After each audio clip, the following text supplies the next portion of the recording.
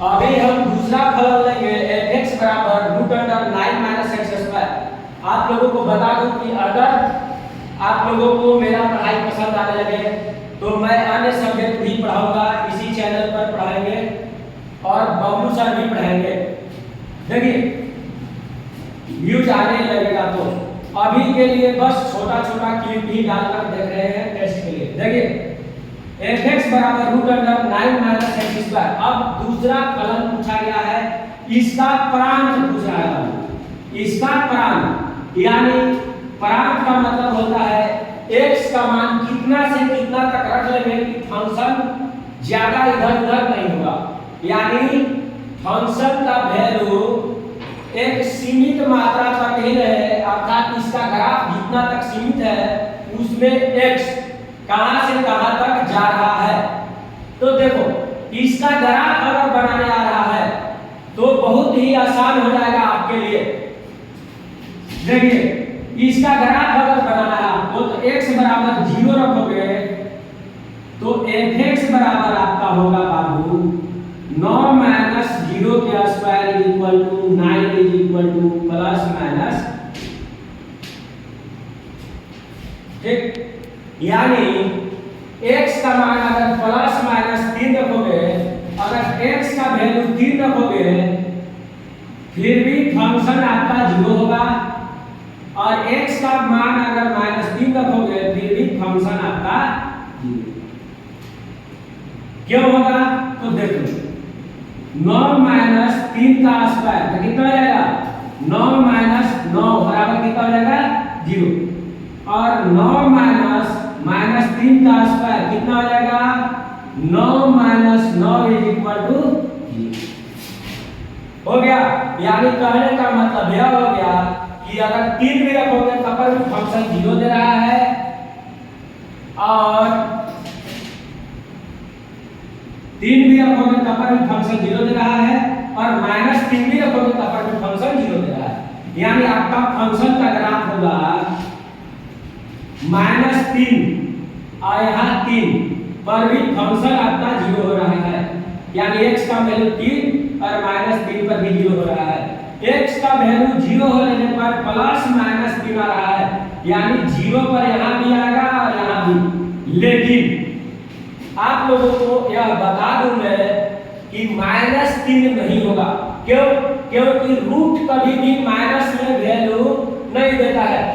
Root में आप -3 नहीं रख सकते हैं, माइनस वैल्यू देता है लेकिन रूट में -3 नहीं रख सकते हो। यानी रूट में -3 रखोगे आप तो यह क्या हो जाएगा, यह फलन रियल नंबर के लिए नहीं होगा, यानी वास्तविक संख्या के लिए नहीं होगा, यह अवास्तविक संख्या है, इसलिए रूट में माइनस नहीं होगा। यानी जब रूट का वैल्यू माइनस नहीं रखोगे तो f(x) का मान भी हमेशा प्लस में होगा, माइनस में नहीं होगा। तो -3 ऐसे मिटा देंगे, तो -3 यानी इसका ग्राफ नीचे नहीं जाएगा। अब ग्राफ में एक और चीज है, ग्राफ ऐसे जाएगा या ऐसे जाएगा, इस पर या फिर ग्राफ ऐसे जाएगा या ऐसे जाएगा, ग्राफ या ऐसे जाएगा या ऐसे जाएगा, यह हमको नहीं मालूम है। तो सबसे पहले इसको अगर चेक करना रहेगा तो कैसे चेक करोगे, x का वैल्यू 3 से थोड़ा ज्यादा रखो। मान लो x का वैल्यू 4 रखोगे, तो x का वैल्यू 4 रखोगे बाबू, तो f(x) का वैल्यू कितना हो जाएगा √9 -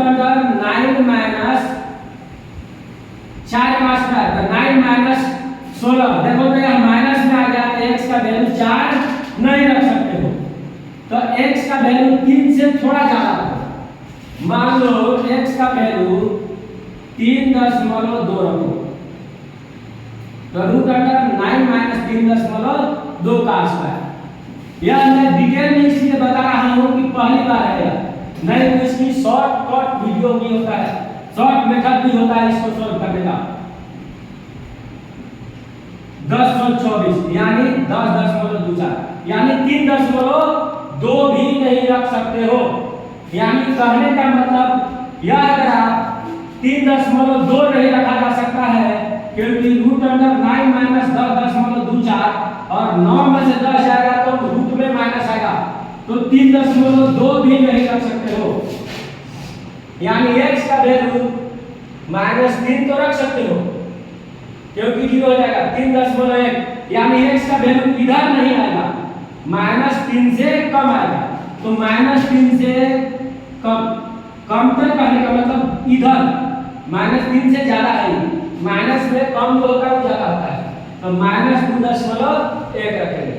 ठीक, 3 से ज्यादा नहीं रखेंगे तो यानी ग्राफ आपका जाएगा यहाँ से ऐसे, ग्राफ आपका जाएगा ऊपर उल्टा कटोरी की तरफ।